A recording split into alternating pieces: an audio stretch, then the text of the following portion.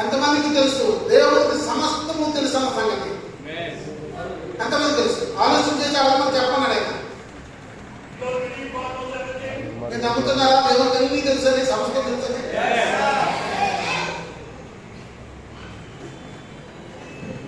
But today, కానీ ఈ రోజు I know something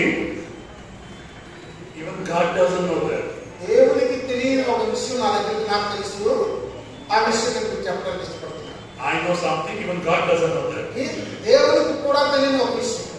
And you want to know what is that? అదేంటో మీకు తెలుసా? నేను చెప్పనా? అదేంటో మీకు చెప్పనా అనుకుంటా? అదేంటో మీకు తెలియాలని అనుకుంటున్నారా?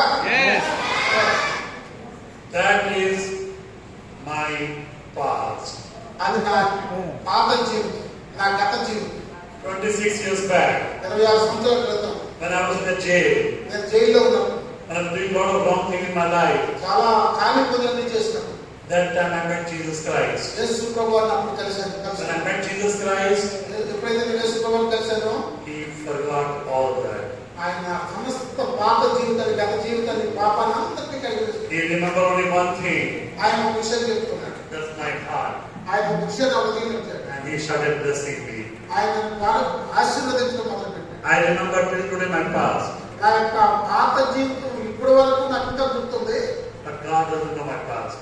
ఆయన అంత మాత్రమే దాన్ని గుర్తుపెట్టుకోలేదు. నా పాత He's seeing my heart and He's blessing me every day. ఆయన నా హృదయం తీసుకున్నాడు, నన్ను ఎంతగానో ఆశీర్వదిస్తున్నాడు. So don't be happy with me. Don't be happy with me. నాతో ఏమి సంతోషించకండి మీరు. Be happy with Jesus. దేవుని కలిగి ఉండి సంతోషించండి. After 1 hour, ఆ ఒక గంట తర్వాత I will leave you and go. నేను ఎక్కడికి వెళ్ళిపోతాను.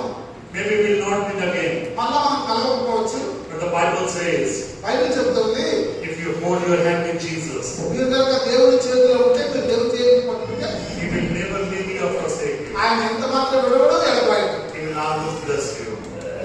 He will always bless you. ఆ విధంగా దేవుడు మనం ఆశీర్వదిస్తాడు.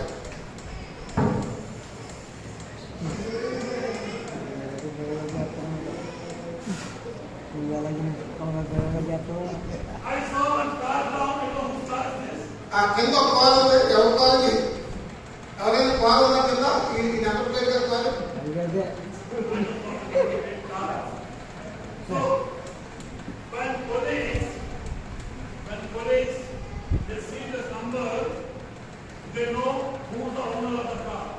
ఒక పోలీసు వ్యక్తి కనుక ఈ నెంబర్ చూస్తే వాటికి తెలిసిపోద్ది, ఆ పోలీసుకి తెలిసిపోద్ది ఈ కారు ఉంటుంది. This is the identity for the car. ఈ నెంబర్ ప్లేట్ అనేది ఎందుకంటే కారు ఎవరికి అనే గుర్తింపు కాదు. One day I was fighting and beating for my friend. So I told my friend, I'm going to beat them. ఒకసారి నా స్నేహితులతో నాకు గొడవ జరిగినప్పుడు నేను మనం కొట్టాను. And my friend said, Manoj, you are the best. నా స్నేహితులు అన్నారు, అబ్బా బడే కొట్టేవారు అన్నారు. But when I went to the jail, ఆ తర్వాత నేను జైలుకి వెళ్ళిపోయాను. two friends came. I was alone. ఆ రోజు బడే కొట్టేవారు ప్రోత్సహించిన స్నేహితులు నాతో రాలేదు. నేను మాట్లాడడానికి వెళ్ళిపోయాను. All my friends left me and gone. అందరూ నన్ను విడిచిపెట్టి వెళ్ళిపోయారు. And here I met Jesus Christ. అక్కడ నేను ఒంటరితనంలో ఉండి దేవుడిని తెలుసుకున్నాను. And what God is this, I'm going to show you. దేవుడు ఏం చేయాలి నేను మీకు చూపిస్తూ ఉన్నాను. ఆ రోజున ఆ ఒంటరితనంలో ఉన్నప్పుడు దేవుడు నాకు ఏం చేశాడో ఆ విషయం తెలియజేస్తాను.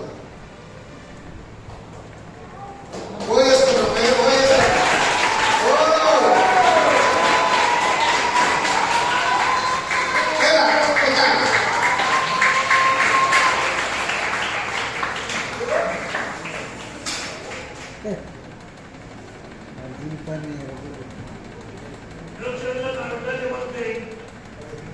I have studied in government school. పిల్లలు ఒక మాట చెప్తూ ఉన్నాను మీకు. నేను గవర్నమెంట్ స్కూల్లో చదువుతున్నాను, హిందీ మీడియం చదువుతున్నాను. నాకు అన్ని వేళలో పెద్ద కళ ఉండేది. When I came to know Jesus Christ, ఎప్పుడైతే నేను యేసు ప్రభువుని తెలుసుకున్నానో I had to pray, God, I love you so much, and this is my dream. I want to do something great for my country, for my state, for my family.